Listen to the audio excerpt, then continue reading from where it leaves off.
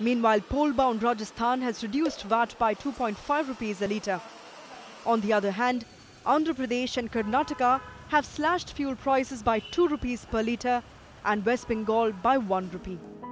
Government has indicated that there is no proposal to cut excise duty on fuels right now, nor does the centre plan to bring fuel under the purview of GST. Fuel price slugfest fueling up the election fire is not something new. In the run-up to Karnataka elections in May, petrol and diesel prices were frozen for many days. In December 2017, Gujarat elections witnessed something similar, where oil prices plateaued right before elections. Fuel prices have always been a bone of contention between the ruling and the opposition parties. Election after election, cheaper fuel is promised by the political parties to woo the vote bank and garner votes. देश की जनता के अंदर भारी आक्रोश है और इसके कारण और भी चीजों पर बहुत बड़ा बोझ होने वाला है। सरकार पर भी बहुत बड़ा बोझ होने वाला है। मैं आशा करूंगा कि प्रधानमंत्री जी देश की स्थिति को गंभीरता से लें और पेट्रोल के दाम बढ़ाए हैं उसको वापस करें। Oil is the propeller of economy, and fuel price hikes stings the common man in more ways than one. But what makes fuel such an expensive commodity in the country? Indians pay over 50% tax on fuel, which is amongst the highest in the world. Pakistan, China, Nepal, Sri Lanka, Bangladesh and Bhutan are countries that are selling petrol at a lower price compared to India, that is after factoring in value of currency. With crude oil sitting at around $80 a barrel, the retail prices across India are skyrocketing. There is a huge gap in the crude oil price and the selling price of oil. And on the other hand, with a volatile oil market, US sanctions on Iran and a shaky rupee, it looks like petrol is going to be on fire for some time. India is the world's 7th largest economy. With a size of 2.4 trillion US dollars, this huge economy is largely dependent on crude oil and its prices. When Prime Minister Modi assumed office, the price of crude oil stood at 31.18 rupees and the price of diesel was 53.35 rupees a litre.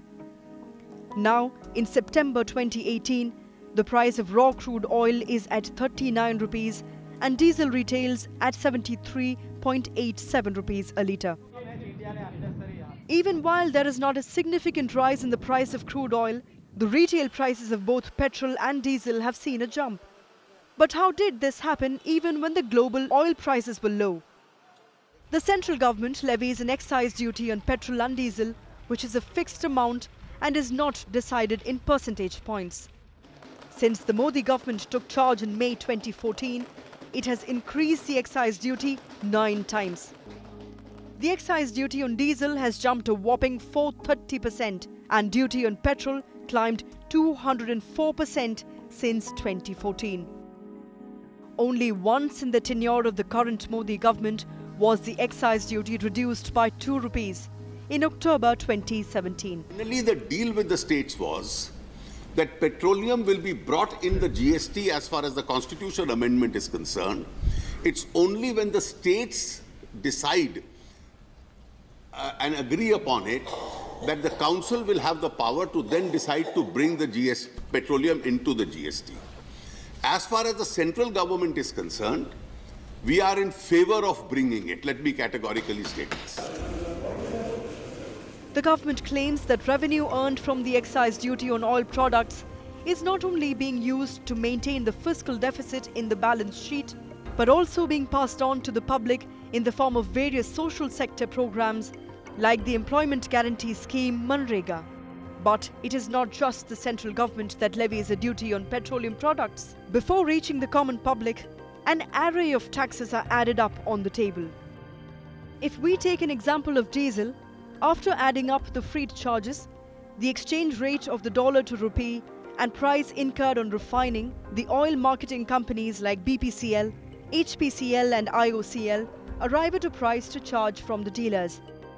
As per prices on September 12th in Delhi, it is 40.42 rupees. After that, the central government comes in the picture and charges 15.33 rupees in the form of an excise duty and road cess. The dealer's commission comes at 2.51 rupees.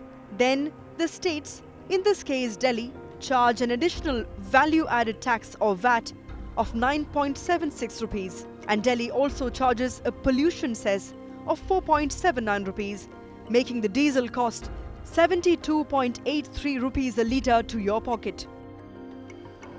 The VAT and other state-specific taxes vary from state to state.